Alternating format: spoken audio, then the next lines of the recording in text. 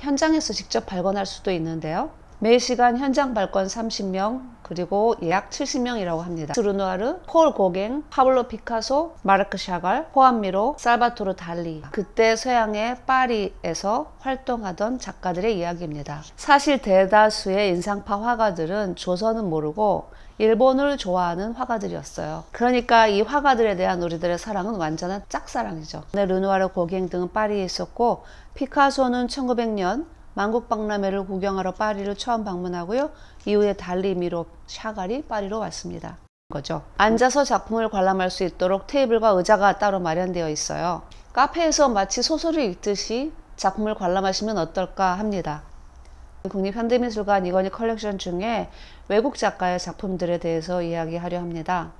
이건희 회장 유족은 지난 2021년에 국립현대미술관과 중앙박물관 그리고 유수의 미술관 등의 수많은 문화유산과 미술작품을 기증했는데요. 세기의 기증이라고 부를 정도로 많고 다양합니다. 제가 이전 영상에서는 이건희 컬렉션 한국미술 명작 그리고 어느 수집가의 초대에 대해서 소개를 했었는데요. 이번에는 모네, 피카소, 파리 아름다운 순간들에 대해서 이야기하겠습니다. 이 전시는 국립현대미술관 1층 원현 전시실에서 이루어지고 있어요. 전시는 내년 2월까지 진행이 됩니다. 전시 관람은 홈페이지에 예약을 통하거나 현장에서 직접 발권할 수도 있는데요. 매 시간 현장 발권 30명, 그리고 예약 70명이라고 합니다. 저는 전시 시작하는 토요일에 오전 11시쯤 갔더니 2시 표를 구할 수 있었고요. 현장 발권했어요.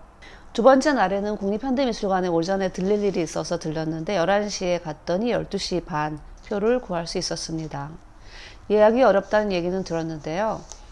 저는 최초에 이건희 컬렉션 전시할 때 한 2번 정도 시도를 하고, 그 다음부터는 그냥 전시 시작할 때 일찍 가서 현장 발권을 해서 보고 있습니다.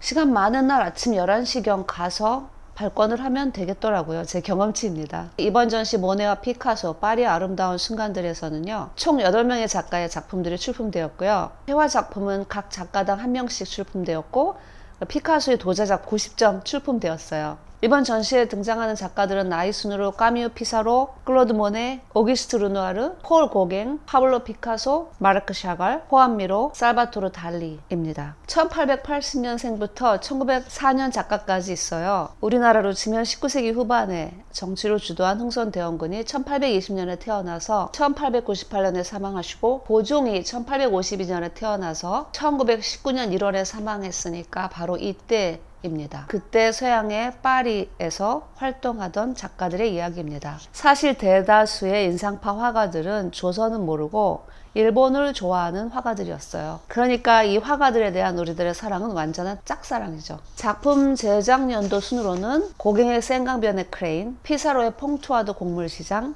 달리의 켄타우로스 가족, 피카소의 도자 작품들은 1950년대 정도 되고요. 미로의 회화, 르누아르의 앙드레, 모네의 수련이 있는 연못, 샤갈의 결혼 꽃다발 순입니다. 1875년부터 1977년까지의 작품이 전시되어 있습니다. 이 8명의 작가들이 파리에서 맺었던 관계를 중심으로 작품을 소개하고, 피카소의 도자와 다른 작가들의 회화가 연관되는 지점도 함께 볼 수 있도록 하고자 하는 취지가 있는 전시입니다. 특히 이번 전시에 출품된 폴 고갱의 생강변의 크레인은 기존의 국립현대미술관 소장품 중에 가장 연대가 빠른 휴버트 보스의 서울 풍경 1899년보다 먼저 제작된 작품입니다. 또 국립현대미술관 소장품 중 가장 연대가 빠른 것은 폴 고갱의 생강변의 크레인이 됩니다. 또 이 기증으로 서양 미술사의 흐름을 주도한 작가들의 작품을 소장할 수 있게 되었다는 것도 커다란 의미가 있습니다.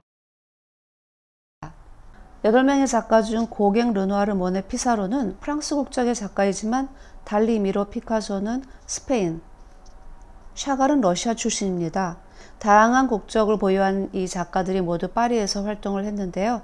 이곳이 세계 미술의 수도로 인식되었기 때문이지요. 현대미술의 역사는 19세기 말부터 인상주의를 필두로 후기 인상주의, 야수주의, 입체주의, 오르피즘, 다다, 초현실주의에 이르기까지 20세기 전반기를 대표하는 주요 미술 양식들이 파리에서 등장했거나 파리를 중심으로 전개되었어요. 전 세계 미술가들이 파리로 모여들게 됩니다.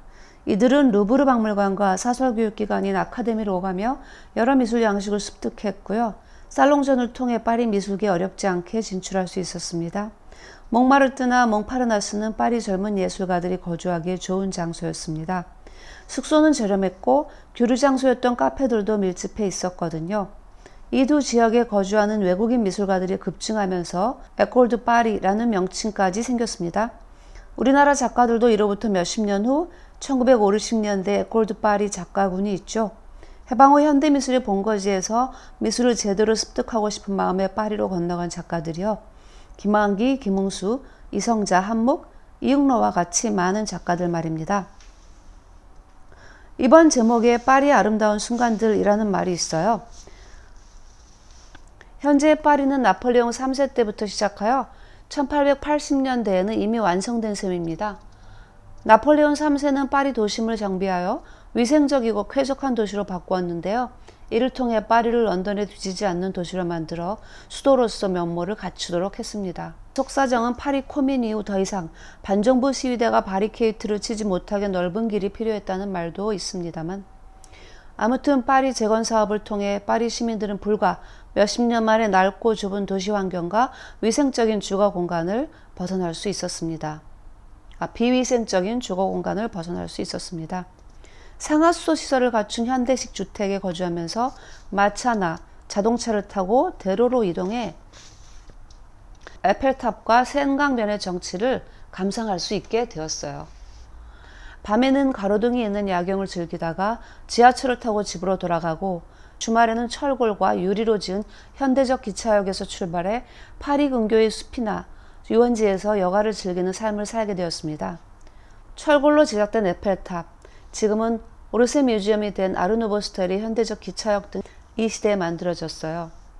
벨 에포크, 아름다운 시절이 현대화된 파리에 펼쳐진 거죠. 이 작가들은 바로 이 시대의 파리에서 활동했습니다. 피사로, 모네, 르누아르, 고갱 등은 파리에 있었고, 피카소는 1900년 만국박람회를 구경하러 파리를 처음 방문하고요. 이후에 달리, 미로, 샤갈이 파리로 왔습니다. 센 강변의 크레인, 고갱은 1874년 제1회 인상주의 미술전을 보고 증권사 주식중개인에서 화가로 업을 바꾸는 결심을 합니다. 당시 인기가 있었던 전형적인 그림들과 주제와 기법이 확연히 달랐던 르누아르, 모네, 피사로의 작품이 살롱같이 권위 있는 전시회에서 좋은 평가를 받기는 어려웠고 해서 살롱을 벗어나 자신들이 제1회 인상주의 미술전을 개최합니다. 특히 고갱은 이 전시에서 피사로의 그림에 감명을 받습니다. 지금 보시는 센강변의 크레인은 바로 이 시기에 그린 작품들입니다. 고갱의 초기 그림이기 때문에 우리가 일반적으로 생각하는 고갱의 그림과는 스타일이 많이 다르죠. 피사로도 고갱의 초기 그림을 보고 재능을 인정해서 피사로가 머물고 있는 퐁투아주로 초대해서 고갱을 지도해 줍니다. 다음에 피사로의 추천으로 인상주의 미술전의 회화와 조각 몇 점을 출품하면서 미술가로서의 본격적인 활동을 합니다. 피사로는 고갱이 무명 화가에서 장차 후기주의 인상주의 미술의 대가로 성장하도록 해준 동력을 마련해 주었습니다. 고갱은 1891년 파리를 떠나 남태평양의 타이트로 이주해 그곳의 자연과 인물들을 주제로 작품들을 제작했습니다. 퐁투아주 곡물시장. 인상주의 전시회는 제8회전을 마지막으로 종료되었어요. 피사로는 1886년 마지막 전시회가 개최될 무렵부터 신인상주의 미술운동에 잠시 가담했는데요. 이 퐁투아주 곡물시장에서 신인상주의 그룹 작가들이 주로 사용했던 접목 기법이 사용된 것을 전시장에서 보시게 되면 확인할 수 있습니다. 피사로를 비롯해서 폴 세잔, 폴 고갱 등 많은 예술가들이 기차역이 있는 파리 외곽인 퐁투아주에서 그림을 그렸습니다. 피사로는 퐁투아주에서 30년 동안을 살았습니다. 피사로는 방고흐에게 인상의 마지막 장소 오베르시르 우아주를 권한 사람입니다. 오베르는 파리에서 멀지 않고 밀밭과 자연 풍광이 좋은 시골 마을이라서 유명한 예술가들이 와서 그림을 그리곤 했습니다. 수련이 있는 연못. 모네도 1886년 인상주의 마지막 전시회 이후에 1890년에 파리 근교의 집을 구입해 정원과 연못을 가꾸면서 수련 연작을 제작하는 데 집중합니다. 이 작품도 그 작품 중의 하나입니다.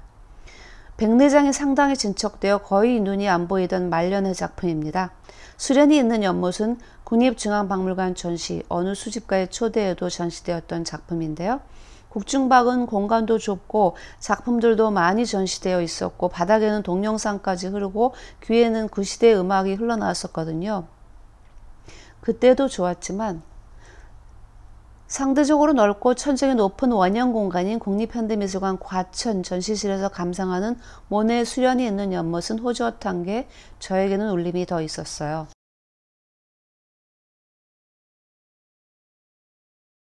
피카소의 도자 작품들. 피카소는 1900년에 스페인에서 파리에 와요. 1903년 사망한 고갱을 기리는 회고전을 관람하고 그의 작품에서 강한 인상을 받았습니다.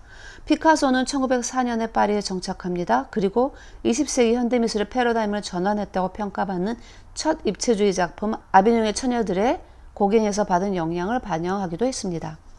베르포크 시대에는 파리가 세계 미술의 중심지였는데 지금은 뉴욕이 중심지로 여겨지는데요. 그럼 그 시기가 언제인가? 그 바뀌었던 시기가 언제인가? 피카소의 아비뇽의 처녀가 뉴욕 현대미술관으로 소장된 순간이다 라고 말하는 사람도 있습니다. 1930년대입니다. 피카소는 파리에 정착한 지 불과 10년 만에 젊은 거장의 반열에 오릅니다. 이 전시실에서는 끊임없이 창작에 매진한 피카소가 60살이 넘는 나이 1940년대에 새로 시작한 도자 작품입니다.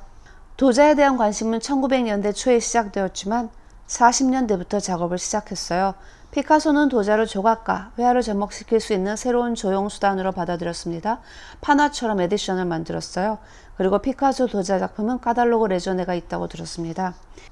이번 전시에서는 피카소 도자 에디션을 대표하는 작품 90점이 나왔습니다. 이번 전시실은 3개의 원으로 구성되어 있다고 보여지는데요. 바깥 커다란 원에는 7장의 회화 작품들, 중간 원에는 피카소의 도자 작품들, 그리고 중심 쪽 작은 원에는 카페 분위기의 테이블과 의자가 마련되어 있습니다.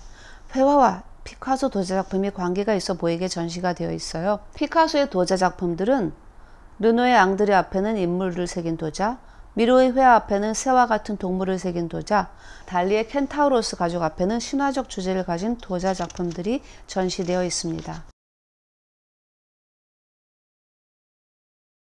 미로는 1920년, 달리는 1926년에 파리를 방문했어요. 같은 파리에서 큰 성공을 거둔 피카소는 이 둘에게 선망의 대상이 되었습니다. 피카소는 가난한 후배 미로의 작품을 처음으로 구입해주는 등 미로가 파리에서 계속 활동을 이어가도록 도왔고 이들은 평생에 걸쳐 동료로서의 관계를 유지했습니다. 달리에게 피카소를 소개하고 2년 후에는 초현실주의 작가들과의 만남을 주선하며 미래의 초현실주의 거장 달리의 등장을 가능케 했던 것은 바로 미로였습니다. 미로는 1920년대 초 파리에서 초현실주의 미술운동에 적극 참여했습니다. 달리가 대상을 고전적으로 그리는 방식의 초현실주의 미술을 제작했던 것과 달리 미로는 무의식에서 대상을 즉흥적으로 드러내는 자신만의 초현실주의 미술을 만들어냈습니다.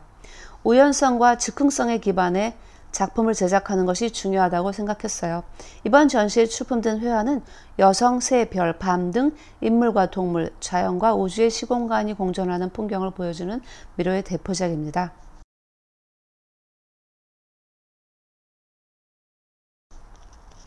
결혼 꽃다발. 러시아 출신 샤갈은 1910년에 파리에 왔습니다. 피카소보다는 10년 늦게, 미로보다는 10년 일찍 왔어요. 당시 피카소의 입체주의 미술이 파리 젊은 작가들에게 화제가 된 만큼 샤갈도 그 영향을 자신의 작품에 반영하기도 했습니다. 그런 샤갈이 피카소를 만난 것은 제2차 세계대전이 종료된 이후였습니다. 바로 피카소가 도자기를 제작하던 남프랑스였습니다. 샤갈이 직접 발로리스를 방문했습니다. 결혼 꽃다발은 샤갈이 1887년생인데 1978년 작품입니다. 90대 나이에 그린 그림으로 사랑으로 행복한 순간을 담아낸 작품입니다.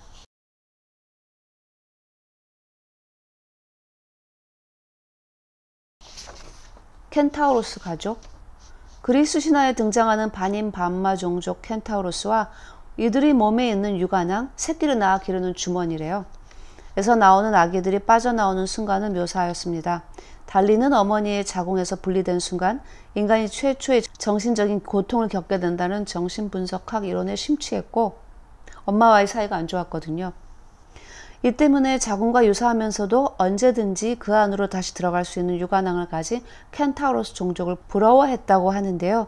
미로가 무의식에서 대상을 즉흥적으로 그려내는 반면에 달리는 꿈과 무의식 상태에서 본 기이한 풍경들을 마치 실제하는 것처럼 사실적으로 그린 특징이 있습니다.